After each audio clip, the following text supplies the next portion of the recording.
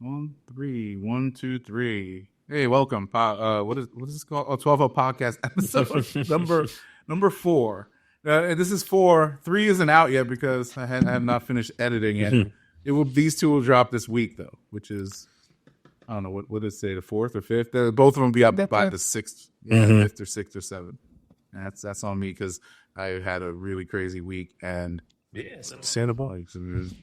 Yeah, you know, it seems like y'all have crazy weeks every day we have a podcast. Anyway, yeah, Pat, sorry, I'm being passive aggressive here. Anyway, a lot went on last week, right? Like crazy week. Yeah.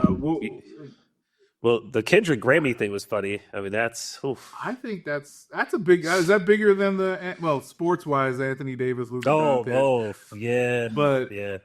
I think the biggest news of the week is Marcus Jordan getting arrested because that just totally puts, this is kind of lowers Michael Jordan's stock as a human again. When your Lambo's on the train tracks, you can't be inebriated, man. Like it's. I'm surprised using his daddy's name didn't get him out of that.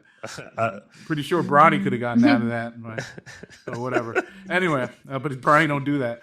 Anyway, let's talk about the Grammys. I'm gonna put the list up of winners on the screen. I guess. I'm so over the Grammys, man. I'm so over the Grammys. So everybody said that. No, I'm saying in general. I think we should talk about it, obviously, but I think it's just like it's such a farce now. I think this Grammys just kind of summed it all up. Drake actually Cowboy Carter won album of the year. Come on, nobody liked that album. Kendrick opened his mouth and got another Grammy, which is fine. Wait, where the heck is this Grammy thing? I had it right here. Oh, here it is. And Beyonce should have definitely got another album of the year. But Cowboy Carter, it's not. Yeah. Well, this is what my thing is that it was so boring that they were just like, hey, these are the most popular artists right now. Let's just give them something. It was record of the year, video of the year, and he won like the album of the year or something. What was it called? Song of the year. Song of the year. Yeah. Song of the year. But see, this is what's wrong, and this goes back to why Trump is president. To me, sorry, I'm going to go on a rant right now. This is what American culture is: songs about pedophiles, presidents who are, sex offenders, literally in court, got convicted of some kind of civil sex offense thing, and it's ridiculous. Where is the like as a culture? Where is America right now? I know it's this melting pot bullshit that they always try to tell us, but we do not take now we've degraded down to this. Like, mind you, I have my biases against Kendrick Lamar. And now that all this stuff is coming about his record label, raping women and beating women or sexually harassing, whatever they do. I don't know what they do. That's these people. But, I mean, it doesn't even matter. They'll probably hand him a Grammy for that shit. They'll get an Academy Award or something for that. They'll win Business of the Year. The best places to work at in 2025. TDE Records. Like, what the fuck is going on? This is such a fucked, society we live in. And it's I know exactly. No, I agree, man. The Grammys to me. I mean, I don't know. I've forgotten probably for the past decade that it was actually coming on, and then I realized it came on by going. You see all Instagram or whatever, and I'm like, oh shit. So then I go back and check and see, who won. But there was a time that I used to know when the Grammys was coming on. I look forward to it. I was like waiting to watch it. Your favorite, favorite artist. Yeah, but back then you knew it was going to be Michael Jackson or Madonna. All these people would be winning, and they were legit talented people. Like Chappell Ronan, How did Shabuzi not win Best New Artist? Yeah. Or Sabrina Carpenter not win Best New Artist? I was surprised she didn't. Yeah, they give it to these fucking people like Chappell Ronan. I don't even know who the fuck that is, and I'm sure she got good music. I've seen her on social media. I don't know. That's what they diss Babyface for. You see the one they diss Babyface for? Yeah, that's Chappell Ronan. Yeah, that's Chappell Ronan. Yeah, but she was like, Chappell Ronan. You listen to Chappell Ronan? I know like one song, but it's not good to me. It's like called Pink Pony Club.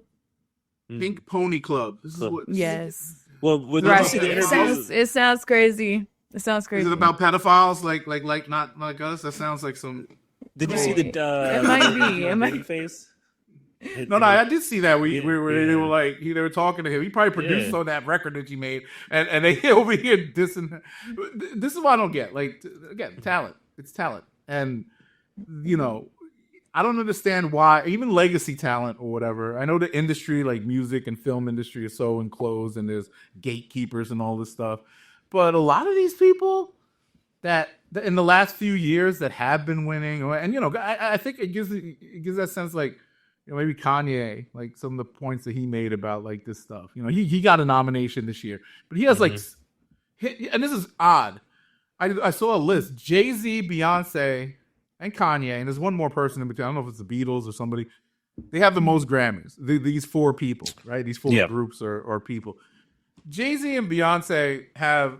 See this. I'm no conspiracy theorist. That's some Illuminati shit to me. Like Jay. Well, I love Jay, right? My favorite rapper. But nowhere in the history of time, and somebody pointed this out on social media, was he ever the top rapper in any year of his existence. Yeah. Well, he told the Grammys. He told the Grammys last year. Remember? He had the whole speech. He said, listen, no disrespect, but there's a beautiful lady up front. She has the most Grammys ever. She's never won Album of the Year. He said that last year. That was his whole, because he got a legacy award or something. And he basically told the Grammys, he's like, yo, get it right. And look what. This album ain't it, though. No. It ain't it. It's not the Beyonce album I wanted to win. No, it's like I told my boy, I was like, I was talking, I was like, yo. What's your favorite Beyonce album? The one I have a few, but I like the one that Dangerously like the one that you felt should have been. Oh, I mean, I don't know the actual names of her albums. Which one was Dangerously in Love on? That's the first. Or was that the name of the album? Wasn't it called Beyonce? Oh, Dangerously in Love. Yeah. No, I think it was Dangerously in Love. Dangerously in Love. Yeah. That was a good one. Like that's my favorite Beyonce song, the Dangerously in Love. She has two iterations of it, but but she has a few. She has a few that she deserves. I mean, she has a few albums. What was the one where she had to the left, to the left? That album. That was B-Day. Yeah, I think that was B-Day. That album. Yeah, B-Day's 2006. Yeah. Her first album. I feel like Lemonade was really good. Lemonade should that was the. I think that year she got robbed. The one with Put a Ring on It. What was that called? Was that Sasha Fierce? No, that was Sasha Fierce. Yeah. Was that Sasha Fierce? Oh, okay. That should have won. They might. Yeah. You don't think she didn't like that? It was okay. I mean, it was women empowerment. No. But I don't know, the Dangerously in Love. Beyonce, I thought that was a good one. She had more ballads on that one too. But because I think she's an amazing singer. I think she got a little too gimmicky and kitschy trying to compete with Taylor Swift. To be honest with you, I think that kind of made her go off a different course. Where she's amazing as far as like ballads, and she can sing, and she obviously can perform. But she has, and my personal like for her are her ballads. I'm not really. She does have hits, of course, but I like her her ballads she had. That's what made her popping from the Destiny's Child. They sang, Destiny's Child had, they had hits, but they were singing, they ever won Album of the Year? I'm sure they have Grammys. I don't know. Well, shit, they might. Destiny's Child may have won Album of the Year for something. They had smash records. Yeah, they're here. I got the whole list here. I'll put it up on the screen so we could see it. But I feel like, but Cowboy Carter was not the one. It's like when Denzel got the best actor for Training Day. That was not the one. That was a great movie. He should have won from. He should have got one before. Yes, no doubt from Malcolm X. Yes. Or he got nominated for Best Supporting Actor for Glory. No, he won for Glory. Yes, but that's from a freed slave going to Civil War. Like get a quick one on a slave movie. He won one for playing a crooked cop. He didn't win one for X. I feel that was a good movie. It's a good movie. Everything he's been in is good. He's been in nothing bad. Okay, Dangerously in Love, 7 times platinum, number 1. Yes, Dangerously in Love. That to me, I told you. B-Day was cool. So is Dangerously in Love her top selling? Is that her top selling album? Well, no, I Am Sasha Fierce did well too. Oh, okay. That Put a Ring on It. That's undeniable. And then they had 4, which was dope. That has some songs. There's that one song I like. I forgot what it's called. And had that Girls Run the World. Beyonce. And that's the other one I said. Yeah. So those are the two I said. Beyonce and Dangerously in Love. Yeah. And Lemonade could have should have won, I think, because it was a good retrospective. Renaissance. This one, well, they had that song that with the white girls was dancing off key. That was a Break My Soul. Probably does. No. The oh my god, I was just singing it in my head. Look at the sales. Look at the sales, Cowboy Carter. Look at the sales. Yeah, but this is streaming though. The streaming era. But still, man. But look at. I mean, well, let's go into other streaming. Let's see the artists who lost. Let's look at their streaming. Who lost what this year? No, I'm saying who lost an out record of the year. Let's look at Billie Eilish joint. I guarantee it ain't 257. I'm looking at so song of the year. Wait, song of the year. Oh yeah, it was the album of the year. Right. Yeah, album of the year. New Andre 3000 for that flute album. Yo, that was on there. Yes. I don't even too nominated. Did you listen to that? I tried to just because, but I couldn't. I can't. I don't understand. I want to hear him rap, not fucking. Yeah, but every song that shit becomes monotonous. It's like elevator music. After the first two songs, it's the same shit. I gotta listen to this shit because look, I'm not giving her a fair shake. Just because I haven't listened to her music, I tend to listen. I even listened to Taylor's album, Taylor Swiftie. Yeah. I didn't mind it. I'm not a Swiftie, but I like Taylor Swift. No, Taylor's good. I respect her because she writes her own music. Like she writes her own songs. That's my thing with her. Like she writes her own shit, even if it's poppy, whatever. I respect the fact you write it. Like there's a Sabrina Carpenter did her thing this year. I appreciate her contribution to American culture. Yeah, Billie Eilish always good. And Billie Eilish, that was a good album too. She had like 4 hits off of that album. That was like in heavy rotation. Yeah, so I don't know. It's embarrassing. It's embarrassing for her to get it for Cowboy Carter. Really, it's not the one. It's kind of like makes her look, like she forced it. It kind of creates an aura about her getting it, which is not fair to her. Because everybody knows Cowboy Carter was not the album of the year. Yeah, I didn't even have this up on the screen. My bad. I took it up. I had it up here for a second there. Charlie XCX had some. Yeah. That album's dope. But see, it's like such a weird ballad. There's no, I don't know. There's no good rock albums. I heard the Beatles put out something. Like I don't even know. Yeah, I saw that. I think they were out for album of the year. Yeah, they had that song of the. See, okay, this is where it gets kind of sketchy to me. Song of the year. I've never heard any of these songs besides. I heard Texas Hold'em. They forced us to listen to that. Shabuzi should have won Song of the Year. Not Like Us. Birds of the Feather was big too, though. It was. That was a big one. Oh, you've heard it. You just don't know the name of it. You've heard it. Wait, Not Like Us won Record of the Year. Yeah. All right. Yeah. Okay, I can see Not Like Us winning Record of the Year. Only because of the impact it had on, like everybody was listening to it. It destroyed Drake, supposedly, and it did whatever. But I don't see why Shabuzi, was he nominated for Song of the Year? No. Shabuzi should have got, Record of the Year. Shabuzi should have got Song of the Year, in my opinion. Mm-mm. That was a huge record, yeah. Yeah. Yeah, that was a huge record. Yeah. I don't know about no damn. They always put Taylor Swift always gets one because of her. Oh yeah. Amy Allen, Texas Hold'em. I see. They were just They just were like, look, let's get the most popular people that people are talking about. Yeah, Texas Hold'em. Like nobody was checking. Nobody was listening to Texas Hold'em. Like she should have won some damn country music awards. Well, she wasn't even invited. That's kind of invited. Yeah. Dumbasses. And the rest of the shit, that was a big one for you, Lauren. Mad Skills got nominated for some spoken word album. Oh, I saw that. Yeah. I don't know. Mad Skills. He was up for rap album. He's from Richmond, right? Yeah. Okay, how do you not think Skill? Yeah, that's an age difference. Yeah. He's still around, but he got nominated for spoken. Michael Millions was on that. Sean. Yeah.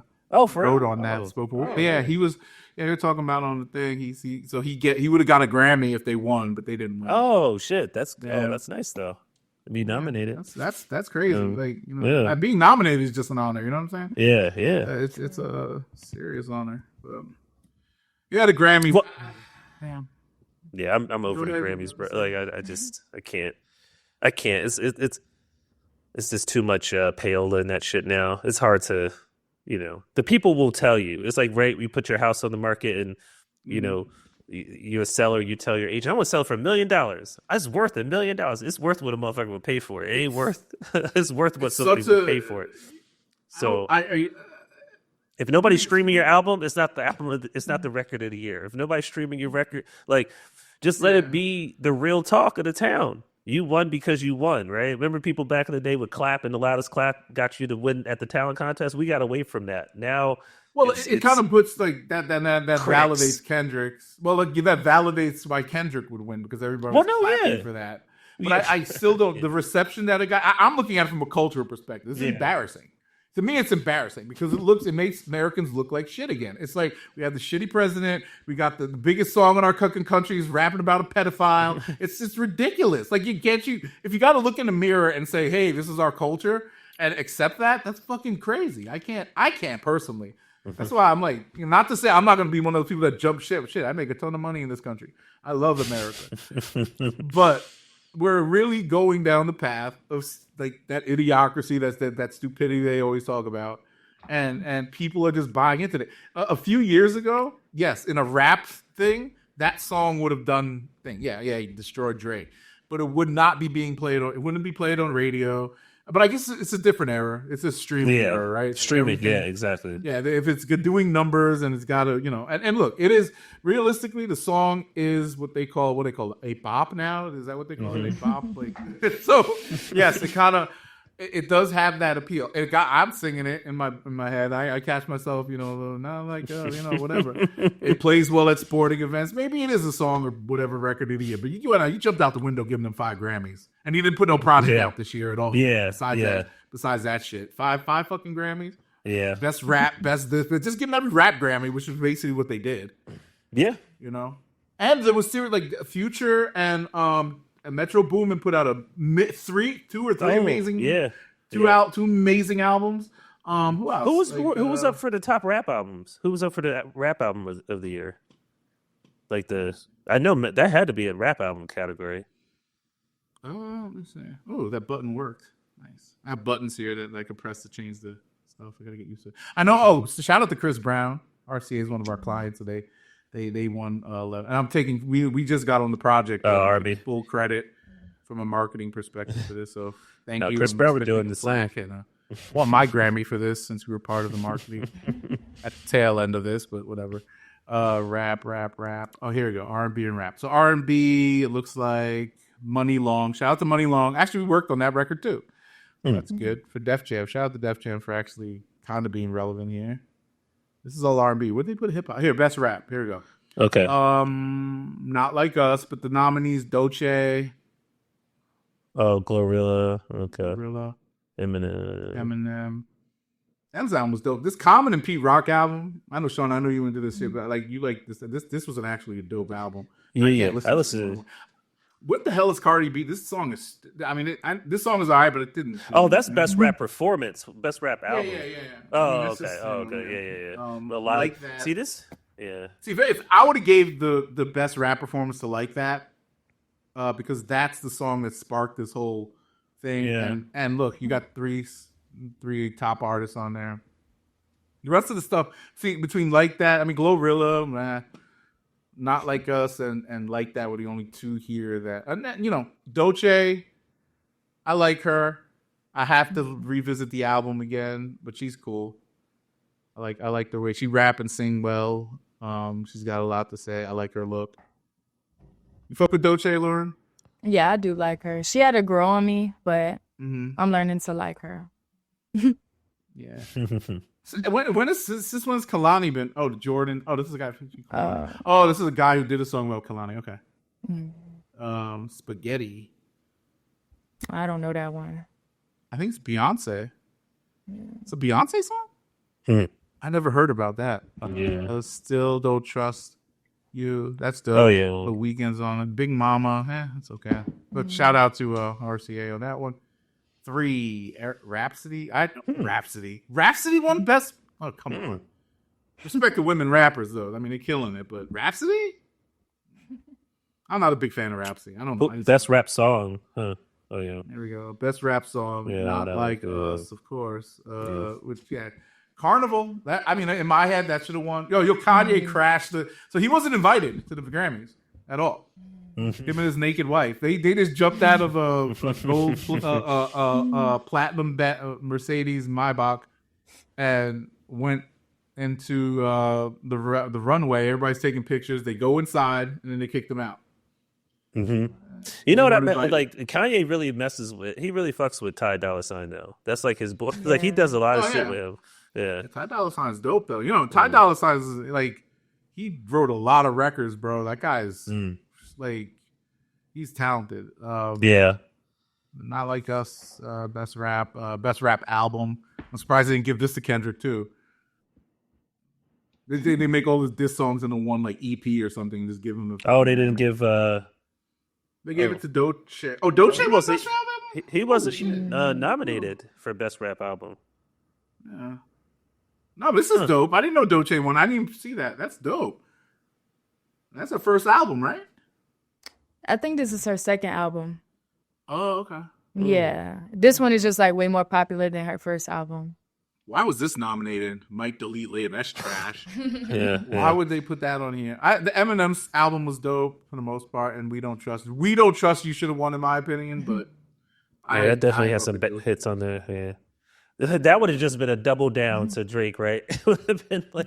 I mean, they don't want him. There's a conspiracy theory about that. I was talking to Show Me about it. Like they just don't. No, who was I talking to? They don't want to know. Octavian. It's just the time. The time's up. Like the labels and everybody is saying, look, you have too much power. We gave you too much money. Mm-hmm. The numbers are still there, but when you give somebody $400 million, that's like unprecedented. Yeah. Right? And I don't know if you saw that clip. I always see these clips where Prince is talking about how the record industry is like slavery. And he was on like Michael Jackson too. Yeah. Yeah. So he was on the Tonight Show, and Jay Leno was like, "Well, you're boycotting your label, but for the artists." And then he goes, "Well, Mariah Carey just signed a $20 million record deal or whatever." And he's like, "Well, and this is the CD era." So he's like, he broke it down. Yep. Yeah, he broke it down. It was like $18 for a CD, and then let's just say you make 10 of that, right? Imagine if she sells how many units? She sells to 20 million units. She makes $20 million off of one album. You know what I mean? Or 10 million. I'm sorry, 10 million units. She said $10 million. And if you break down that deal, she does 3 albums. She make her money back after 2 albums. She was selling 10 million at a time back then. Oh, yeah. Yeah. All of them were doing that to like the bigger artists. So she would have recouped a lot of money on her own if she did it. But look, there's distribution, there's marketing, there's all that stuff that a label puts in there that you don't think about. So, I mean, I can see both sides, but also the machine, you have to work with the machine. And the type of deal that they gave to Drake was kind of like, hey, we're looking long term. We want this, here. And I guess that they were like, yo, the momentum's too much. He's trying to get out there. That's why he's dropping all these fucking albums so fast. Yeah, he's supposed to be dropping something soon, right? Yeah, with Party Next Door. Yeah, on down next week. And then he's coming out with a solo album that's supposed to be like he's gonna really make a splash there. But I still believe in the kid. He's selling out shows in Australia still. It's cool. If it don't work in the NBA, it's always overseas. That's what I tell you. You can go to Euro League and become a superstar. Yeah, man. Go to Taiwan and look at Dwight Howard was average like 40, 20, and 20. Yeah, Steph Marbury. They have a statue of him in fucking Tiananmen Square and shit. That dude is bigger than communism. He lives there now. He's probably getting all types of shit. So yeah, he had mad skills, didn't win. Oh yep. But some best Tank. I looked. It's not Tank the singer. It's some other Tank. But they won that. Malik Yosef. I think he gets nominated for these spoken word albums every freaking year. I like him though. He's good. Winner, and then the rest of these categories are nonsense. But like, I don't want to talk about the Grammys. Yeah. Either way, it's it's Grammys are the Grammys. People, and tell us in the comments what you think. People's, it's a whole new world out there with the Grammys. Fun topics of the day. Wait, do we want to jump to sports? I mean, we can jump to sports. I mean, it was a dumb trade. This is a quick and easy. I mean, look, Dallas they could have got multiple first round draft picks. I mean, it's pretty obvious. Dončić is height of it, 25 years old. I don't care about the condition, whatever. He obviously is an all-time player. Lakers got a generational player to play with, an all-time great with LeBron. I mean, it shifted. They were 16-1 Dallas when they had Dončić, and then Lakers are now 16-1 to win the chip, which is kind of funny. So it was it was 40-1 now for Lakers were 40-1 before the trade, and Mavericks were 16-1. It flip-flopped after the trade. So it'll be interesting to see. Without AD. Yeah.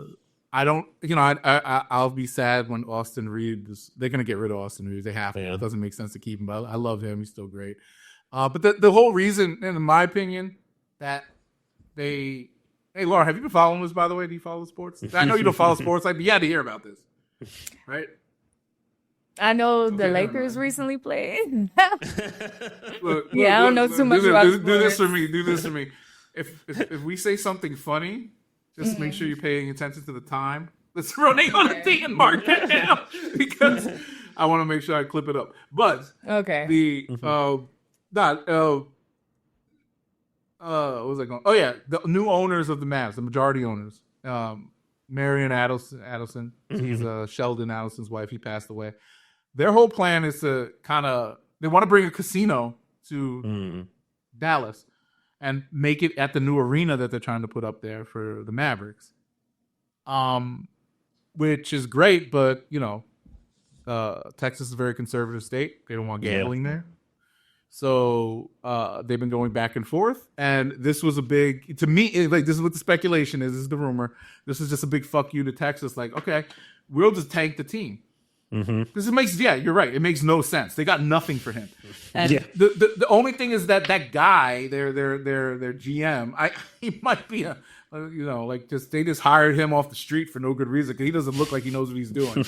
You see that man talk, you sound like, oh my God. I was listening, like, what are you, man? Like, are you transitioning right now from something to something else? But this guy does not but look, he's good with Rob Pelinka. He used to work over at Nike and all that stuff. And apparently the conditioning thing is a real thing. But to your point, the funny thing is everyone's like, oh, Luka could be smoking a blunt, running up the court. I still keep him on a super max contract, which is fine.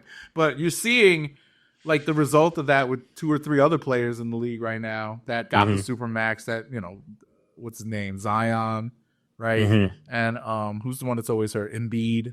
Like that type of. They only want Embiid had those issues too. You see this brother eating hamburgers on the. AD is just glad. He's just fragile. Yeah. Blow in his ear, it'll start bleeding or something. But like his conditioning's good though. AD is like good, like but Embiid is shaped like Luka. He doesn't have too much muscle. He could be like Embiid if he really put the work in. He could look like Giannis, like lean and muscle, like LeBron, all of them. But what's his name? He's that, and Zion is just pure, like, big human being, strong. He should be a power lifter or something, or a strong man, not a. And he could jump like out the gym. Like, how do you weigh 290 pounds and you could jump that high? It's crazy. Yeah. So he's just pure, like, freak of nature, athleticism and stuff. Like, but he could be like LeBron. He could be a 6'7" LeBron if he wanted to. He has the skills to do it. But wants to eat hamburgers and get porn. Yeah, he liked that food in New Orleans, man. He loves it. You love it. You know what I mean? The red beans and rice, man. That jambalaya.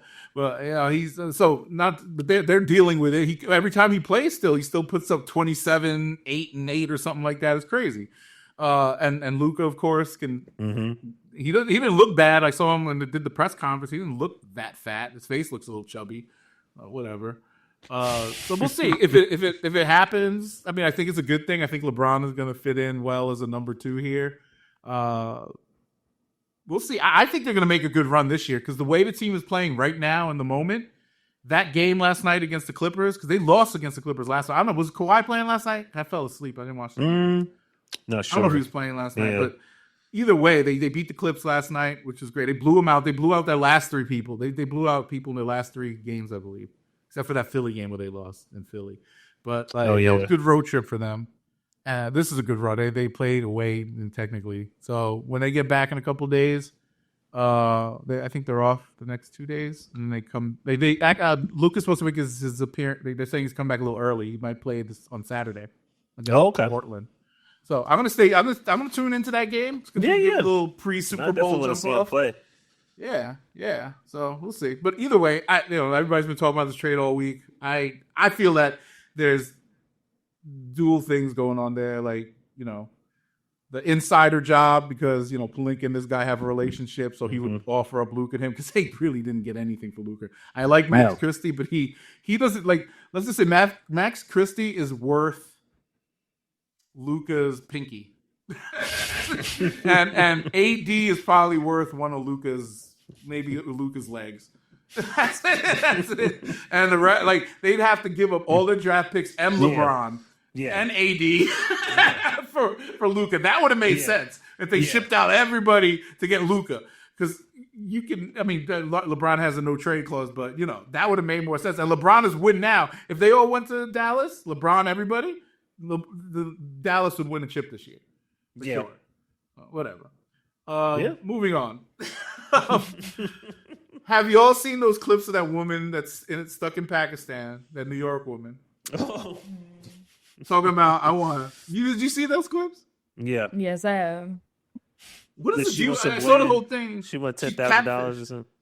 No. She catfished some rich guy, mm-hmm. and she demands that they get married and stuff. So she flew over there to meet up with him and stuff, and now it's become like a spectacle. Like the government's involved, and it's so weird. Like she's out here like, I want $2,000 a month and land and a mule and everything. I'm like, what the fuck's going on? Can you do that? And they're trying to. I don't know what to say with it. But it's so funny because she's dead serious. She's from New York too, so I respect her. Yeah. She out there. She sound like she's from like the Bronx or something like that. Yep. Right. Want my shit? Want my chopped cheese? I'm not wearing. She was wearing a burqa and Timberlands, yo. Yeah. No, she's ready. Yeah, Shorty was good, but I was so happy to see that she wants to get paid, and it's a New York thing. Yeah, she said she wanted her land. She wanted her land. Get married. I don't know. And people are crazy. It's that whole Middle East stuff is still wild. It's a whole bunch going on. It's good transition. She's in Israel. She's in Pakistan. Right now. Pakistan. She's in Pakistan, not in Israel. Yeah, no. Those Israelis ain't letting her get away with that shit. They string her up. They drop her ass off in the Gaza Strip right before they drop a bomb on it. And she's playing those games over there. But the Gaza, that's close enough to the region. But yeah, like Trump wants to build a Trump casino in Gaza Strip. How about it? I'm interested. See, look, that's one thing. It sounds nonsensical. He wants to keep, because I'm going to bring everybody back. Palestinians can come back, Jews, Christians, everybody can come in. You like your chips? Your chips come with bulletproof vests. Yeah, we're going to build beautiful high rises and all this. Like, I'm like, what? Yeah. And you saw that press conference? Netanyahu's just sitting there smiling, like, "Yep, we're going to exactly." And in his head, he said, "We're just going to fill those up with like my people." You will not catch me in no casino. And the U.S. is paying. He said the U.S. is paying for it. Did you hear what he said? The U.S. is going to build things and make money there. No, God, I don't see that. You do not catch me in the Gaza Strip at a casino. That's a hard no. Yo, bro, you know how many suicide bombings are going to be happening at those construction sites? Americans building them. Yeah. Right. Yeah. If they're saying he's bringing American soldiers, whatever. Yo, there's going to be look, it's gotten to the point where I just believe that every Palestinian man, woman, and child, it has to be radicalized at this point. To the point where they just say, fuck America, fuck Israel, fuck the Middle East because nobody's helping us. They're about to go, look, there's only what? They displaced 1.5 million and they killed almost 800,000 people? Yeah. That's crazy. Well, they say that, so those are the numbers. I'm speculating. But at the end of the day, that's crazy. And this motherfucker's going out here and talking about they're going to build a strip mall out there. Yeah. Fucking idiot, bro. It's a little out of control. I don't know. I can't believe this shit. Yeah, Pet it's a Rock crazy on time. Grammy, Crazy this time shit, we in. Gaza. Crazy time we in. But I do think Drake will come back. I think Drake will be back. I think he'll be fine. He said Drake will be back. They're I back think- in Gaza, man. He can go to Israel. He's part Jewish. He should go over there. Oh yeah. Record an album in Israel. Come back. Yeah. You know. Like, look, Shine did it. Now look at him. He's the prime minister of damn Belize. Belize, yeah. Yeah. That's wild. Speaking of Trump, what were you saying? Wait, we were talking about some transgender or something. Or Oh, no, not Sorry. allowed. Yeah. Yeah, What they is that? can't like play, they can't play. Trans women can't play in women's sports anymore. Some I thought they did that executive at order. Olympics. This is something you signed just now? Yeah, I saw it today online. Oh, okay. Yeah. Well, you know what? That's such a debatable. I mean, we've talked about this here. I feel That's like not everybody debatable. should have their. If you was No, a it's man not- before, yeah. Okay. Yeah. No, you can't. I mean, they should have their own category. Like, you know, and look, and I'm Right. no way am I comparing, and I've said this before in another podcast, but you know, like there's the Special Olympics and all this other stuff. Like you have to have look. I mean, not to say this in this case, you want to just make. And when I say Special Olympics, I mean it's like okay, you have like disabled people, blind people, all these people. So you try to level out the playing field, right? So these people with Right. disadvantages go. So these people have clear advantages in their as trans people if they compete with the gender that they identify with, right? So. Like, look, if a special, let me give you this analogy, and hopefully it'll make sense. If a Special Olympics person says, "I want to compete in the regular Olympics," and they have those, you know, there was that runner with the springy legs, right? Like he can clearly, I've seen the guy. He runs. I think he runs actually a little faster than a regular sprinter if he does the right things. I don't know. I'm just speculating. I don't know if it's true or not. If they let him, compete. And he beats you know what I mean? Like let that guy run with the people who have the same, you know, like advantage or handicap, whatever you want to call it. And then the same thing with this. Let trans women and fight other trans women in boxing and track and field. Yeah. They should all, especially if they identify or have the testosterone levels, whatever you want to call it, or vice versa. They got money on its way. Somebody just threw money at me on the thing. Anyway, yeah, all of that should be, you know, yeah, like all taken care of or whatever at the same time. So, I mean, I take it all you know, like, oh my God, I lost my train of thought. Yeah, So everybody should be competing. So just in so the I same understand, level. because the whole issue, right, is like if someone's born a woman and then they want to be a man, they compete with women or they compete with men. How is it now? They compete with women. It's like someone taking testosterone competing with women that was born a woman, or is it like they're not competing with the men, right? It's still competing with women. Is that I don't know how it works. So like if you're born, I think they're competing like- with the gender they want to be. oh, okay. So if it was a dude and now he's a woman, like he's trying to be on a woman's team. Okay. Yeah. No. See, that's not fair. That's not It's I think not. there's certain things you can't account for, you know, with medicines or whatever. Like you can't be jumping on a women's team. Like that's like LeBron being like, I want to be a woman now. I want to extend my career Yeah. 30 more years. Somebody made that analogy a while ago. Some right winger did that. But could you imagine that though? Like somebody's gonna get hurt out there. Come on, that's crazy. I mean, like 6'9" to 290. that's the crazy part about it. Like, I think that you know it. Look, we have separate bathrooms, all that type of stuff. I mean, there should be some kind of, you know, like handicapped people have a stall. Not comparing them, but it's all relative. But I understand there's more nuance to it because you know it's like like the gender and sexuality and all this other stuff are like all apparently all states of mind now. You know what I'm saying? Like, you have to everything. There's no definitive, you know, human, right? Like if I have a penis, like if I decide to chop it off, all of a sudden it doesn't matter that I ever had a penis, right? Or a vagina or whatever, right? So I'm just automatically something else. Could I say so? And I I don't know if I necessarily, maybe I'm not that progressive where I don't think it's, to be whatever you want to be, gay, trans, whatever, live your life. And I hope, hopefully society treats you better. I mean, I have no problem with these people. And,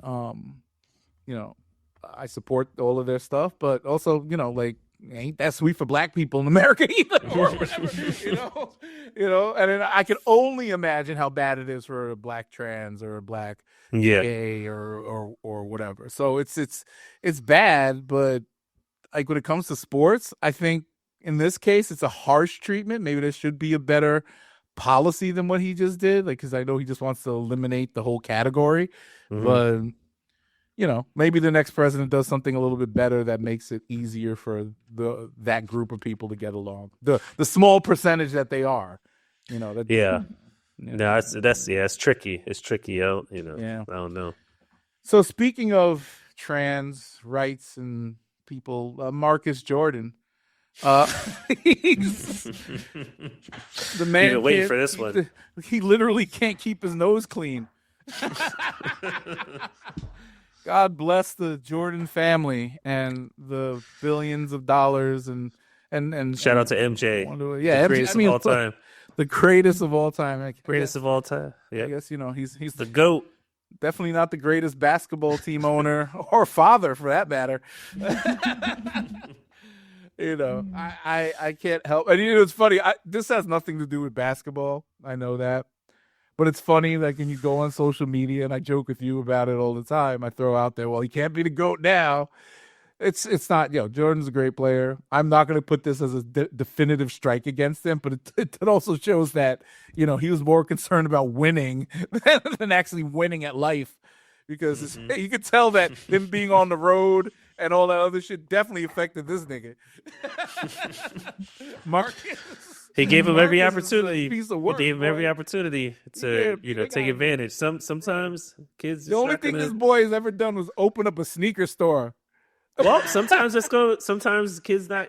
That's an unfortunate thing. Dog, he can't even do that right. You know what he did? His dad let him have a special edition shoe. This is like during the I think 2021, 22. I forgot. Special edition shoe that was only going to be released to his store, I believe. He resold every pair and gave away all the pairs at a higher price to resellers for a check instead of selling them like he was supposed to out of the store. So every pair went out into the market over, like the shoe, the day it came out. I guess a few people got some pairs off of their website or in the store, whatever they had. Maybe even how much were they selling them for? Aftermarket? Retail was $180. It was a little more. It was at the time, but Jordan's back then, Jordan 1s, it was a Jordan 1, was going for like $150 back then. This is 21 and 22. I'm almost 100% sure he sold them for at least double, triple the price to resellers. And now the market price of those, like certain sizes, whether it's anywhere between $1,200 and sky's the limit, $5,000, $10,000, whatever you want to call it. And there's special friends and family pairs, all that type of stuff. All of it went to the aftermarket. Oh. This is the type of scumbag that we're dealing with here. Man. Only thing I commend him for is the Larissa Pippen saga. That made Dad proud. I'm sure they made them proud. And you know what? That's one of those things where I would have been like, yeah, go ahead, son. You know what I mean? Like, he talking, that boy Scotty out there talking crazy about me. Take it out on the young lady. Respectfully. Takes two to tango. I think that she was a willing participant in that. What do they call it? What did Will Smith's wife call it? Excursion or something? What was it called? Expedition. Soiree. Remember when what's her name? Was sleeping with the dude and Will Smith, his wife. Assassino? Yeah. What did they call that? Expedition. Situationship? No. What they call when Jada and them. Yeah, what was it? What did she say on the podcast? I thought it was in a situation. No. It was excursion. No, it was a. I know something. Rendezvous. What's the word? Hold on. You gotta look that up. I thought it was situationship. Entanglement. Oh, entanglement. Entanglement. That entanglement made his daddy proud. That entanglement there. Yeah, to Arissa Pippen. Who is she? Isn't she on some other like young person now? Oh, they said that she was trying to get at Bronny James or something. So that was probably some BS. Well, I just saw something. Drake called out DJ Khaled for claiming his album. Oh yeah, featured I saw that. and Drake class. It's funny. Yeah, he said maybe Drake Blake or something like that. Yeah, Drake. Yeah, but like that's stupid. Khaled always lies. I'm pretty sure. So I think there's a bit of a freeze on some of Drake's music that's being like solo music that's being released. If the reason he's doing a record with Party Next Door is because it can be released on OVO. So they have a distribution deal, and that's his record label. And I'm pretty sure Universal's getting a piece of whatever Drake puts on that Party Next Door record. But he's still going to make money off of the Party Next Door because it's being distributed through his label. And that's a whole other discussion when that album comes out. We'll talk about it when it comes out. But this is all it's all relative. But speaking of music industry shit, Irv Gotti is dying. Oh, I know, man. That's Did you crazy. see that? I had no clue. I know he had a stroke. Well, they said he's on life. I don't know. I'm hearing all kinds of different. see It's what almost 50 like the posted? Wendy Williams. Well, no, what 50 post? He posted. Oh my God, he posted because Russell Simmons posted the Irv Gotti's on life support picture. Oh. Like, let me see if I could. I'll put it on the screen. I think this is just 50's a terrible person. 50's so crazy. He's a terribly funny person sometimes. But look, your ops, yo. If you give them any leverage, Lauren, understand in life, you give your ops leverage ever. Like especially they tried to kill 50. They tried to kill him. Little Ja Rule tried to kill him. Irv Gotti tried to kill him. Not just his career. They tried to kill him physically. Right? Yeah. So I could see why he doesn't care for their existence. Okay, so this is what why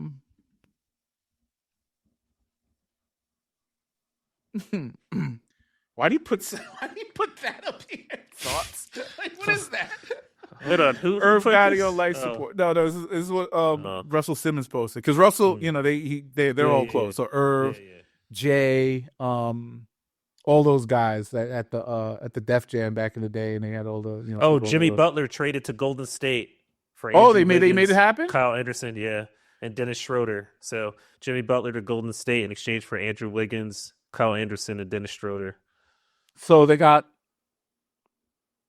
really didn't improve much, in my opinion. Yeah, Jimmy's good, but literally all three of those players do a lot more than he can as a single player.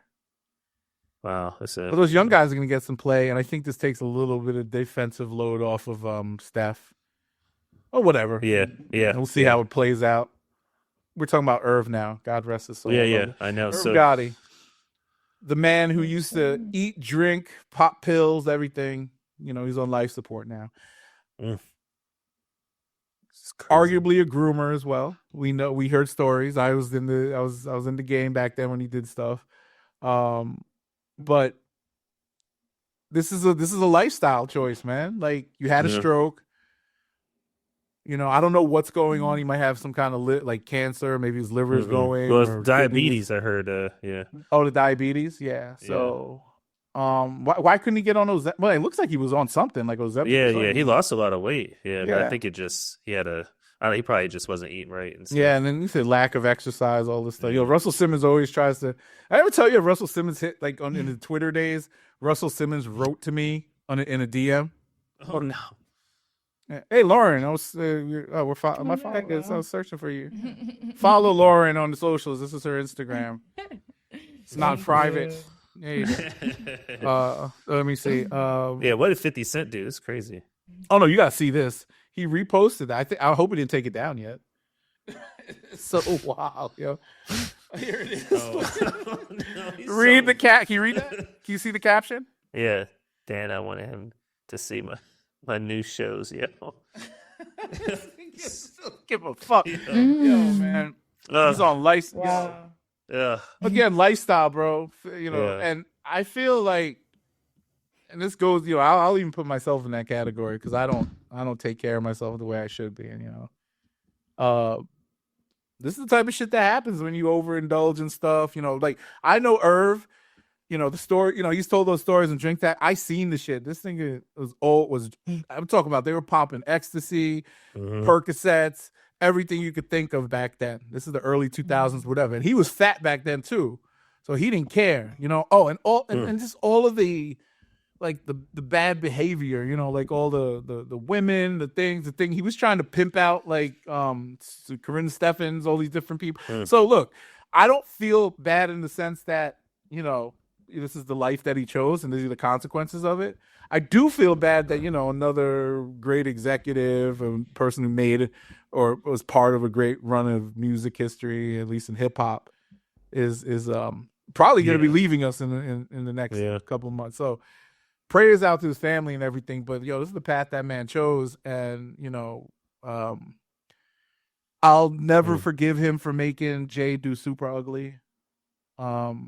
That was the only thing I ever said that was a bad move that Jay did. Oh yeah, and that was all Irv Gotti who did that. He made that record because he could have, that's the whole reason why Nas is still alive and all that. But the history played out the way it was supposed to play out. We're here now. That is what it is. But you can't reverse time. Oh man, so yeah, it's tough.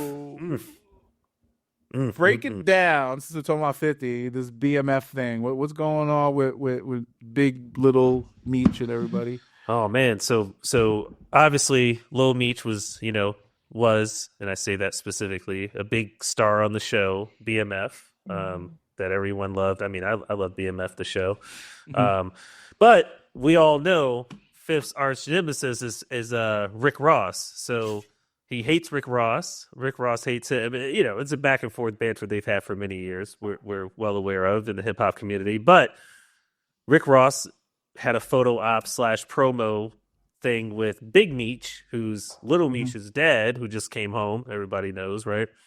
And they're doing a charity concert, a welcome home concert.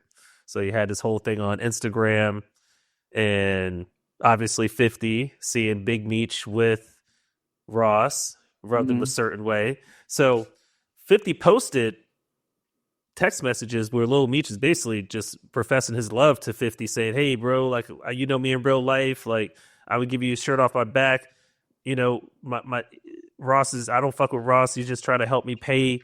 Help my dad pay his bills until the next season of BMF." And 50 puts the whole thing out there and then captions it and says, "Next season?" What question mark? So, which alludes to the fact that BMF may not be coming to a theater near you. I thought it was like the movie or the. Well, no, not the movie, but I'm just making a joke. But yeah, no, next season there may be no BMF, and BMF may be over. I thought it was going to be over soon, though. Well, I think they had one more season. I think the whole thing was with Big Meech coming home. They were trying to integrate him somehow. You could do the older version. Yeah. You could extend that show, flash forward. Like all kind of stuff. Meech coming home. Like, they could have got really interesting with it, but because 50 is probably the pettiest in the world, he's like, nope, you took a photo with Ross. Nope, it's a wrap.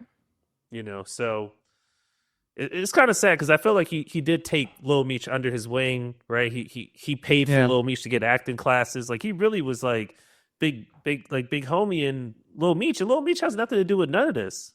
Lil Meech was so young when he was when his dad was locked up. He doesn't really have association to this. So it's just unfortunate because Do you think that what I've been seeing is that Meech is working for the feds? Oh, well, Big reports. Big Meech, not Little Meech. Yeah. He served his time.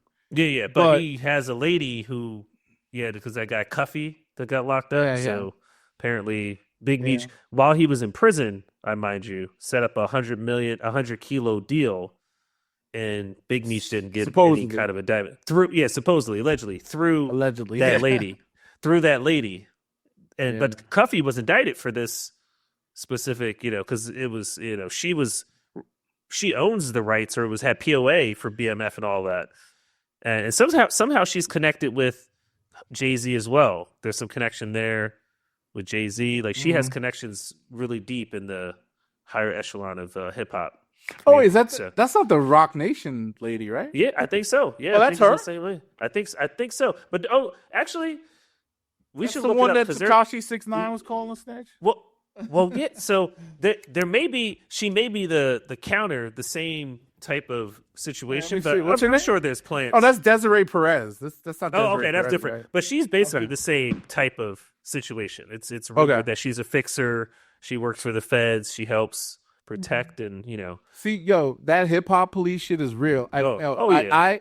I hate the fact that why did they have police and feds on fucking Elon Musk right now or somebody like that? Oh, they're not going obviously, but it's like these the criminal element when they try to take down black organized crime, they always treat it a little differently, very differently, right? Obviously, try to flip the same people, but they always turn, like legitimate businesses inside out that have nothing to do with this stuff. And then like the drug dealing thing with Meech and everything, I don't understand why he would talk if he knew that he wasn't getting out. Or maybe this is why. Did he get out on parole? Or like he just served this whole time? Like, well, they reduced his sentence. I'm sure they probably have some kind of probationary, but they reduced his sentence. Yeah, I could see Fed talking. Yeah, so it's deep. He's hanging out with Rick Ross, correctional officer. Yeah, he used to be. I think a lot of these guys got a little Fed in them. You got to keep. If I was in Hollywood, actor, whatever, entertainer, my circle would be game tight. I'm sorry. You want to meet certain people, right? Oh, hey, but once you get into that pit, and all your friends are people that were your quote unquote idols and people you looked up to, and those are all your friends now. Nah, that's not a good setup for success. You got to. It never goes that way though. It's like people. You always have one loose chain. It's just like when you do business with friends and all. Oh, yeah, we've all done who's reliable or whatever and all that. Like. And then your circle, and this is you'll learn this as you get older. I don't know how it works for women, and that's a whole other discussion. But with men, our circles get smaller to the point where we just only have maybe like 3 or 4 homies that we really count on, right? And even one of them might flip on you. You never know. True. I just had one flip on me recently. On some bullshit, but these are the. But we talking like feds. I mean, I'm saying like when you get into those circles, you get feds. You never know. Like get to jail for tax evasion or some shit. But you get these people, man. You get compromised, and that's the whole thing. That's what's going to be interesting about when the Diddy trial starts, because maybe for the first time ever. Now, the interesting thing is federal, so we won't be able to see what's happening in real time, but everything will be public record at some point. But that's going to be interesting to see the dynamic of, the pay for play, what I have on you, you scratch my back, I scratch your back, because that system is all based on how I can fuck you or you fuck me. Because you get to a certain point of hundreds of millions of dollars and billions of dollars, it's all revenge play. There's no winning. You've won. You're worth 300 million, $1 billion, $2 billion. You have a dispute. There's revenge play at that level. Yeah. This ain't for no fucking somebody regular person. Yeah, they want to come up or whatever. This ain't no come up. They'll put $3 million in legal fees just to ruin your life and then move on. So I think this will be interesting to see how this all plays out. But once you get in those circles, your accountant, your lawyers, everybody's rubbing each other's back. Conversations you have with a trusted attorney who you think is client privilege somehow. Somebody else knows about that inside baseball. So you got to kind of isolate yourself from that in a way, But when you're in there, you got fixers, you got people that are aligned and that are powerful. That's why it's crazy that when Big Meech was locked up, this BMF movement, all this kind of stuff, he had someone running this whole operation, like this whole setup, this lady, and apparently she's a Fed. So, I mean, that might put him back behind bars if they say some. Well, she's. I mean, I feel like he's now right. Like, I mean, can he be implicated in anything?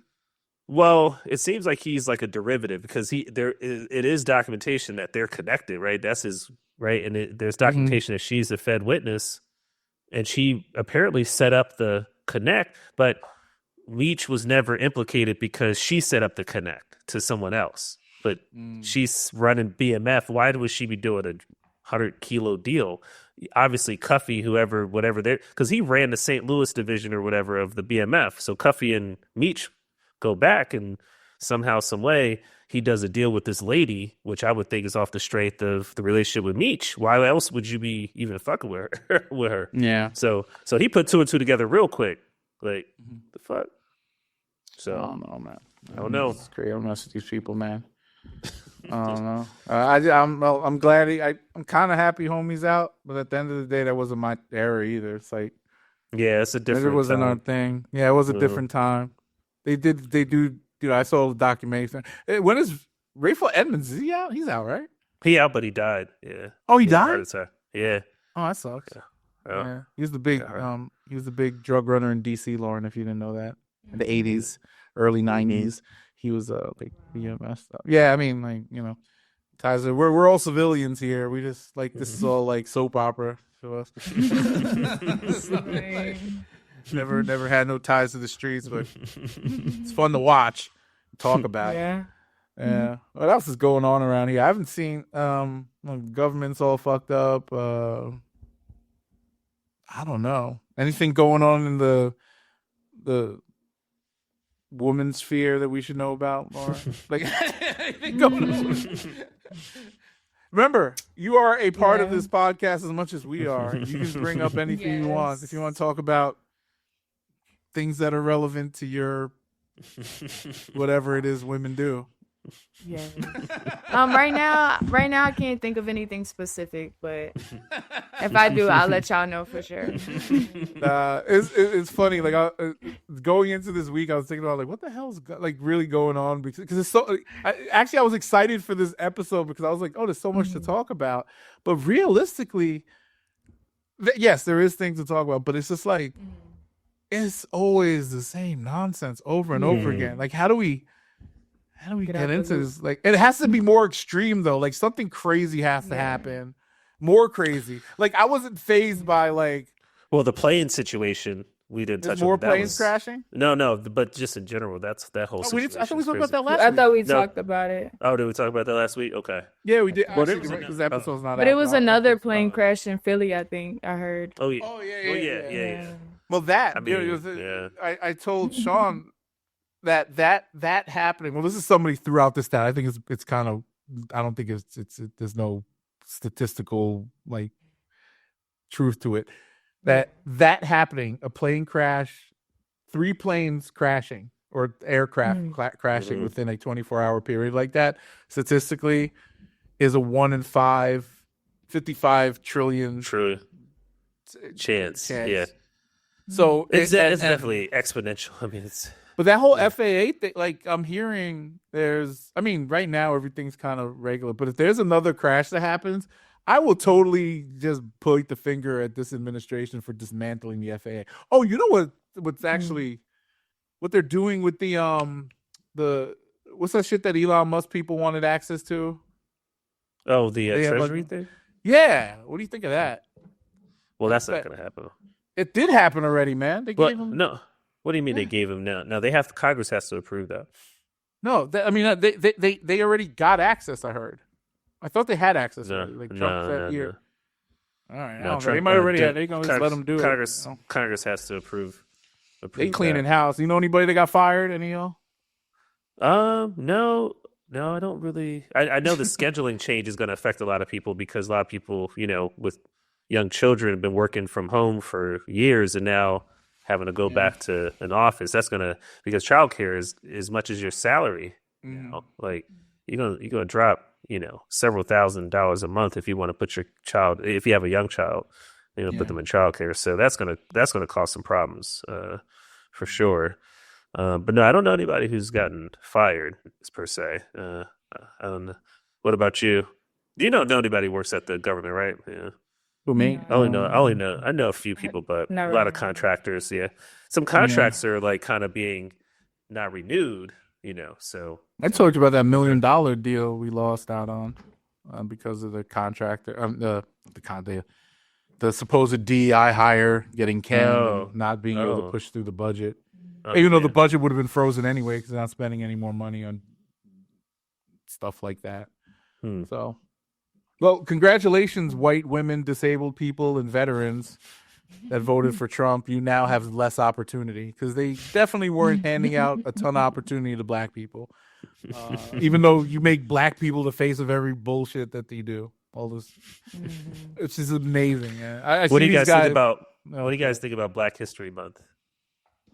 I celebrate Black History Month every second. I was gonna say I'm not a fan of like Black History. But let's be real. How many? I mean, look. Do we really, as adults, has that been something that we go out of our way to celebrate? I mean, you got kids. I celebrate. We're talking about the Peanut, the George Washington Carver, Ben Simmons. Not Ben. What's the Magic Hands man? That's he's a Trump guy, but whatever. You know. Ben Carson? Carson, yeah, he's a great surgeon, whatever. There's so many, even in my family, my grandfather, the first black merchant marine captain, we celebrate that all the day. They celebrated it while, an NBA. Like, I think that these symbolic holidays are great. But at the federal level, with all the stuff that's going on, are they taking away MLK Day as a day off? Oh, I don't know. I think Black History Month's supposed to be going away though, which I think Black History Month is. I don't think it. Morgan Freeman had a great interview with on 60 Minutes years ago about that. It was like, do you have a White History Month? The guy's like, no. He's like, do you want one? He's like, no. He's like, yeah, exactly. We don't want one either. Black History is American. Black History is American history. That is true. But the reason it's to highlight it. Like highlight the accomplishments, but no, that's not what they do. They don't highlight the accomplishments. They put movies on and slaves and stuff. Slave movie, bro. Do you remember all the movies, all the black movies that would be up for nominations, Oscar nominations year over year were slave based movies? Roots, Amistad. That's not true. Like, come on. You just told me that glory. Like, let's go. Okay. You just said that Denzel won for Training Day. That's like a black movie, right? Yeah, maybe they'll show it for Black History Month. Be like, look, guys, the first Denzel's first Oscar win. Look, let's not talk about Mo Better Blues. Let's not talk about any of his other movies back in the day. Let's talk about Trading Day.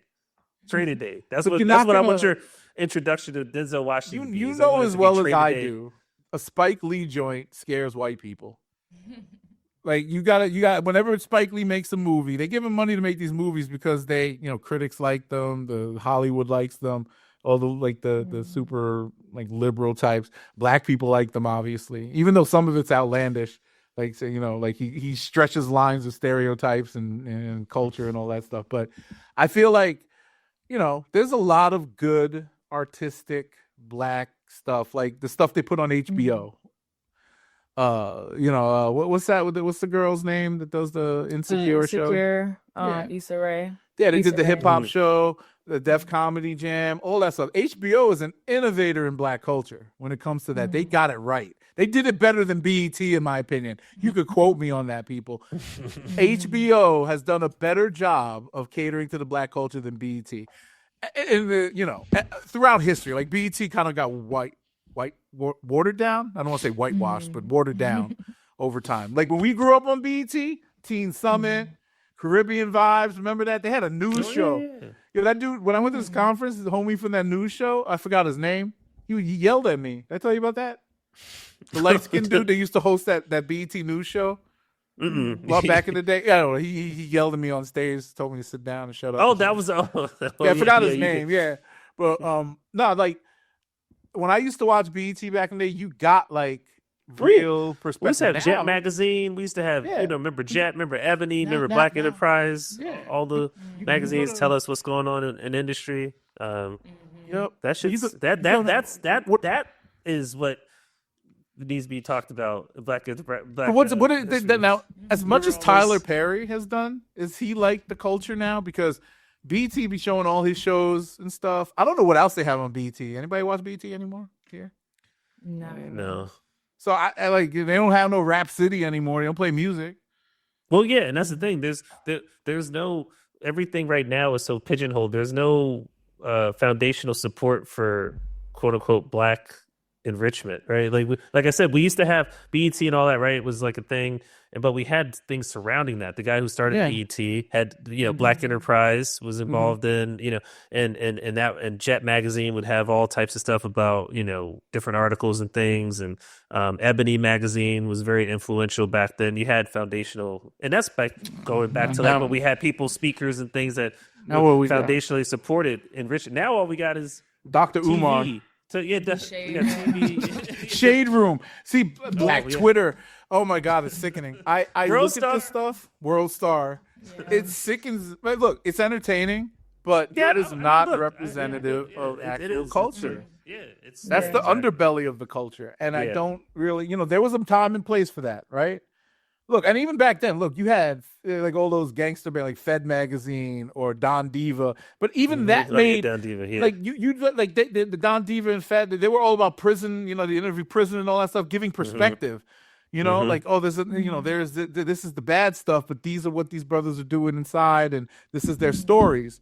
There was perspective. Now it's just like you go on Twitter, brothers is rolling up, shooting, like just crazy shit.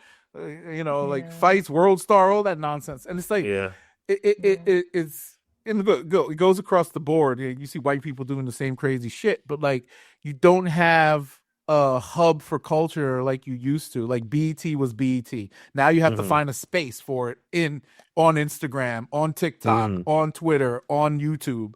And when you look, the most popular ones of these people, Kevin Samuels, Dr. Umar, Charlemagne the God. I as much I think Charlemagne's great, influential and shit, but he totes that line between sellout and to me, I think that he kind of totes this weird line, and he's successful for it. He owns what he says for the most part, but it's are these the people that we have to go to now for that culture, that it's pushing the culture, pushing the narrative? It's weird, and I can't, I always say we have to do more. But then at the same time, what am I doing? Lauren, what are you doing? Sean, what are you doing? What are we doing? That's a great question. That's a great question.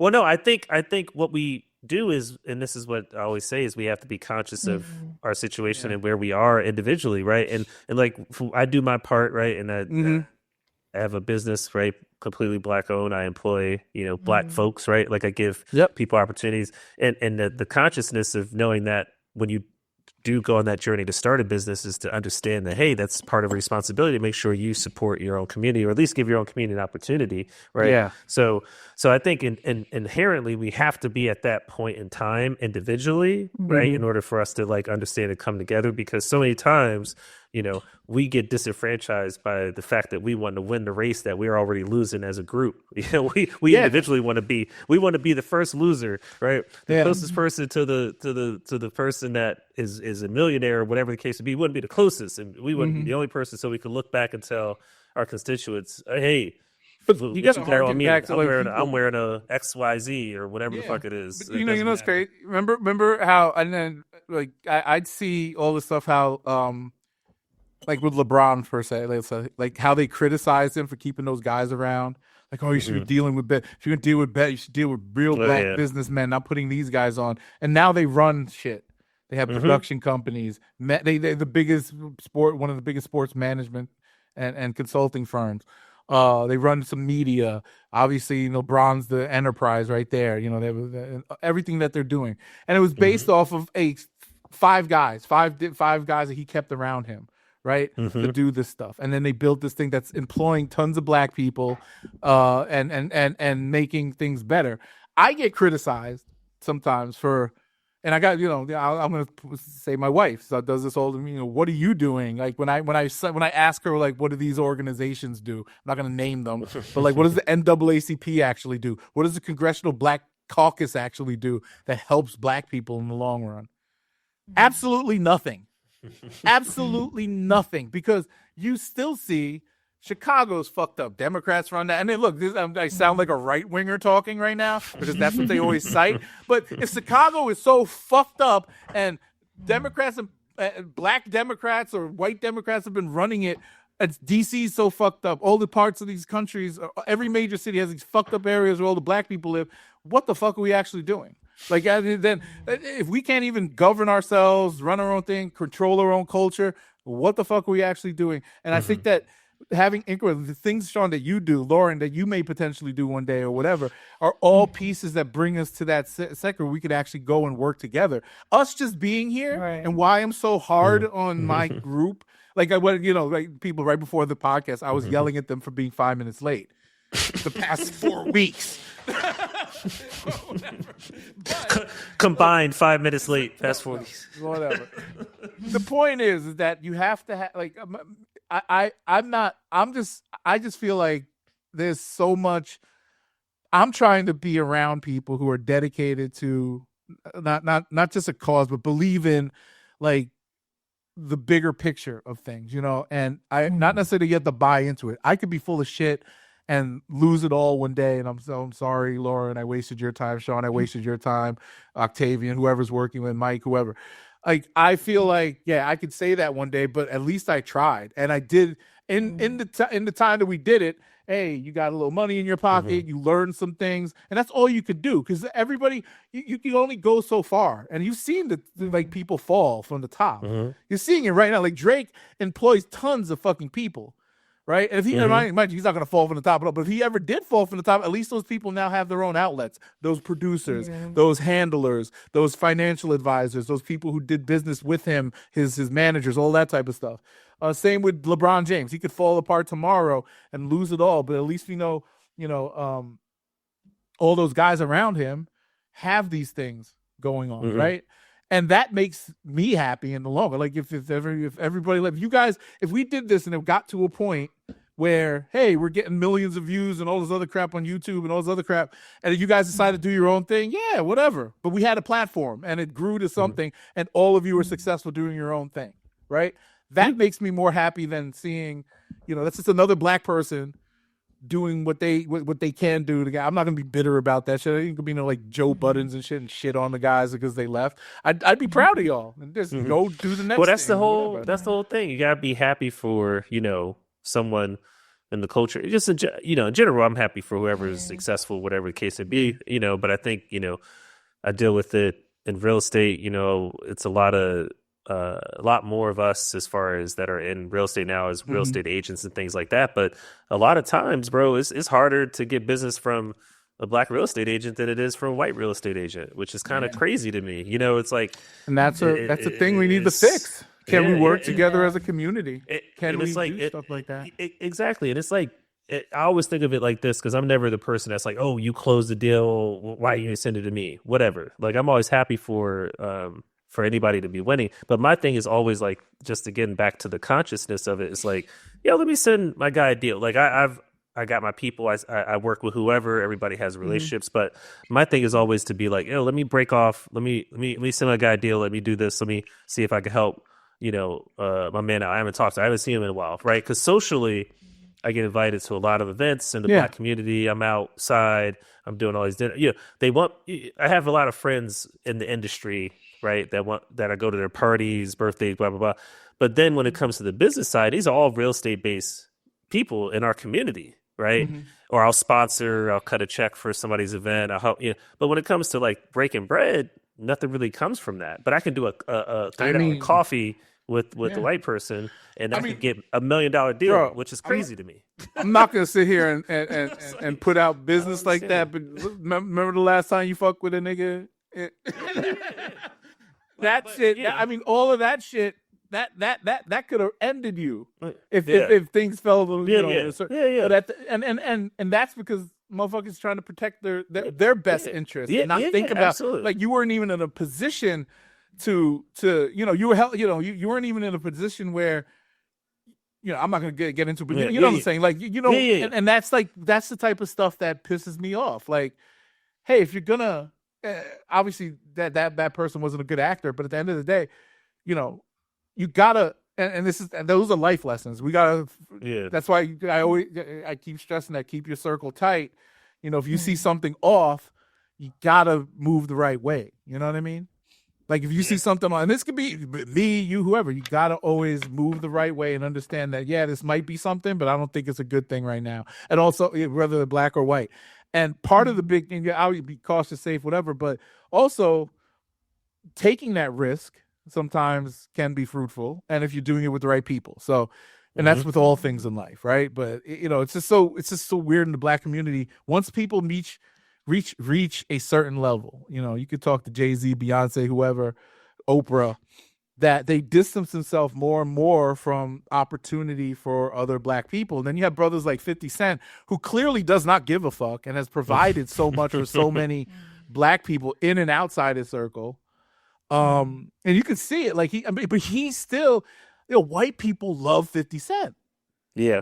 And he's like the blackest motherfucker I know. Like street, like I'm talking, I know, okay, number one, he's like the blackest motherfucker I know, the most hood motherfucker I know. He's just encompasses everything good and bad about black people all in one. And he's beloved by, like, these white people, they pay him. Like, this is why he goes out to sporting events and shit. They want him to come out and sit courtside of the sporting event because it's such a great thing that brings in that he's there, fans and all this stuff. Like, he's just beloved. Like, they don't do same thing with like Jay-Z. Like, Jay-Z doesn't get, but Jay-Z is like very, like behind the scenes and all that. He's not out there like that. But Jay-Z got skeleton in his closet, obviously, from a business perspective. I'm talking about the nonsense they talk about with him. But like from a business perspective, he's done a lot of sketchy shit to other partners. Look at the way he destroyed Dame Dash, or all that stuff. But like, we dig these holes. We try to figure out as a culture, we got to try to figure out how we can all help each other. But again, like I can't. I just look at it like this buffoonery bullshit. Like going back to that Not Like Us winning mad Grammys and all that shit. I feel it sets us back. We'll look back on this time in 10, 15 years and say like, damn, we really had like this brother who sings all this conscious rap shit, literally all this stuff. The reason why he became the biggest rapper in the game was because he called somebody a pedophile. It's sad. It's sad. Yeah. And the ripple effect is incremental, man. You wake up one day and you're 80 if you're lucky enough, and then you think to yourself like, damn, what happened to the last 50 years or whatever the case may be? Like, this shit changes quick, And so, I think that in the community, like, it's just us.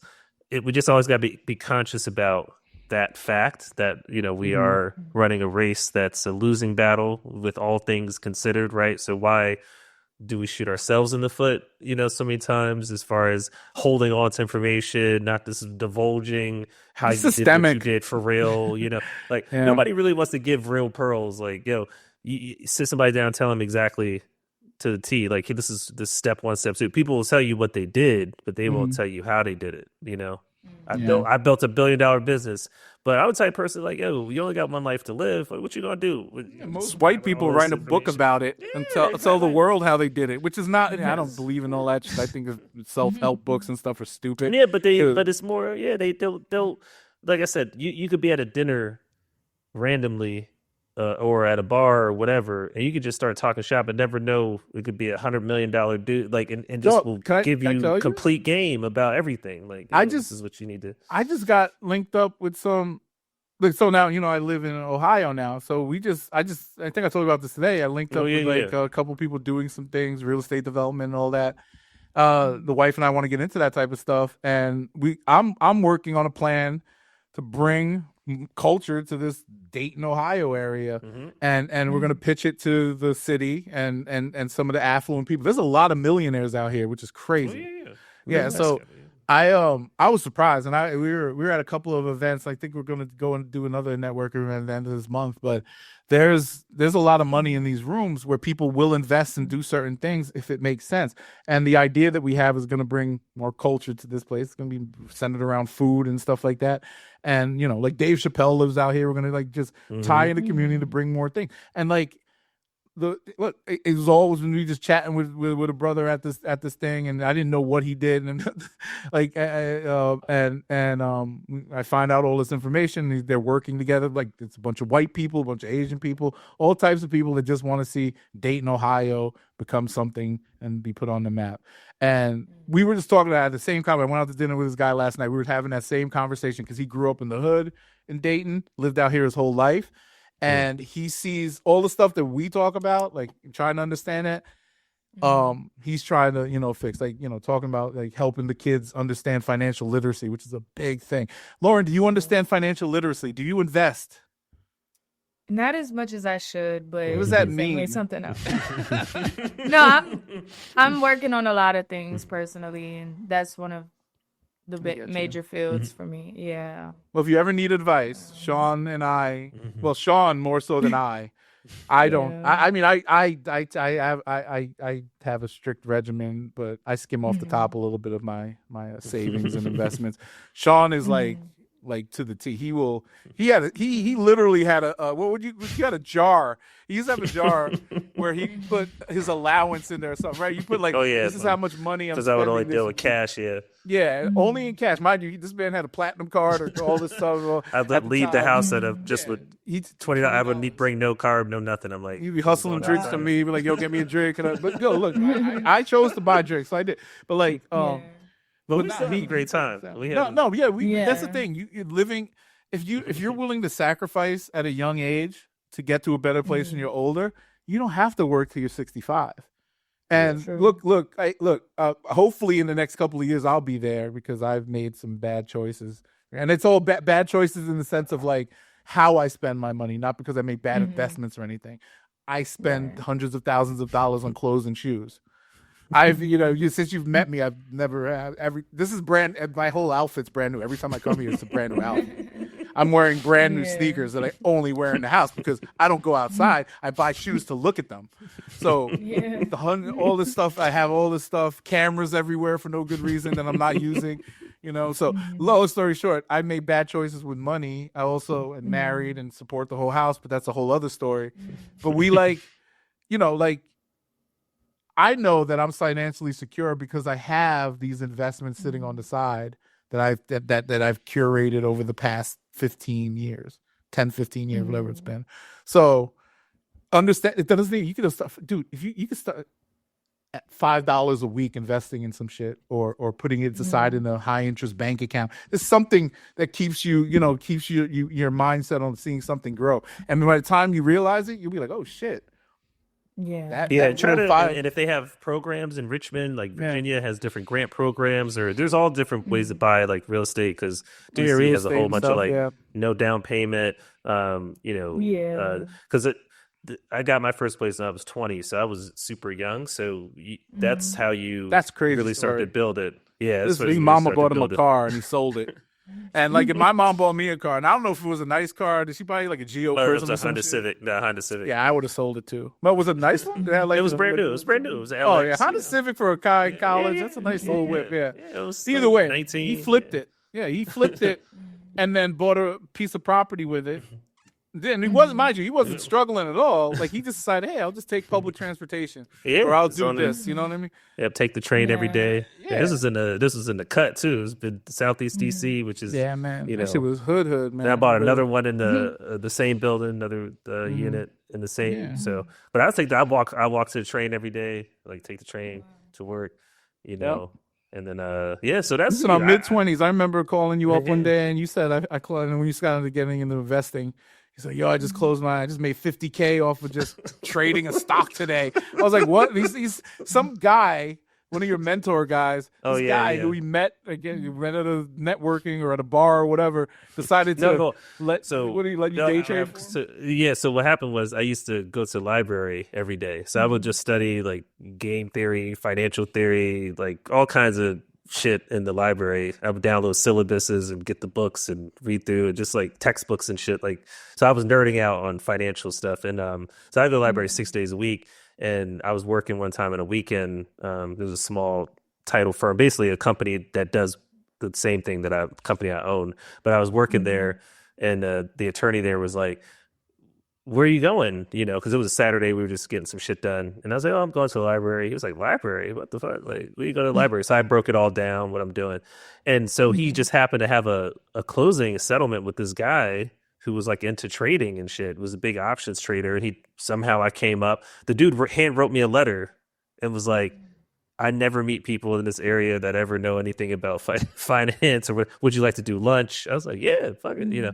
So we did lunch, and you know, this dude's like, I don't know, 50s. You know, he's 30 years plus older than me, and so we just hit it off, and we just started meeting over drinks, talking about finance. I was telling him what I was doing, what I was trading, like, and then so we just started doing some stuff together. But yeah, like, it was, you know, I never cared about perception or what anybody thought or felt when it came to, like, you know, oh, what do you have or what do you do? Because I've always felt, you know, like, okay, yeah, we can play that game if you want to, but at the end of the day, like, it really doesn't matter, you know. But people get caught up so much into that, you know. It's like, oh, you have to compete, and it's to keep it up with the Joneses mentality, you know. I don't even like compete. I'm out of that. I used to be like that. Like Kofi and I used to do that in college. That's the other guy. That's the person you replaced on this podcast, Lamar. One of the guys. There's another guy. Whatever. Kofi might pop in here later on, but nah, like I used to be very competitive. Like I'd spend my last dollar to just like have something a little bit better than the next guy or my friend or whatever. Like with technology, car, or whatever. Now I'm just like, I'm at the point where, and I do like nice stuff, and that's why I still have these vices, but I don't look at it. I look at it from the sense of like, yeah, this is what I know I can afford. Like I still haven't got my dream car yet. Will I ever buy my dream car? Probably not, because I look at it now as something that's not practical. Because I don't really drive much. I hardly leave my house, right? So it's like I'm cool with my nice Tesla car or whatever, and driving that. You know, obviously I have to buy something nice. My wife likes fancy stuff, so yeah. So we settle on these nice things. But at the end of the day, like I don't need all the shiny things and jewelry and I don't have a Rolex yet. I could get one. I don't have one. Do I want one? I don't know. My Apple Watch does everything for me. Yeah, well, that's the same thing I went through. I was in Sweden, in Stockholm. I saw what they were selling subs for, and I'm like, what?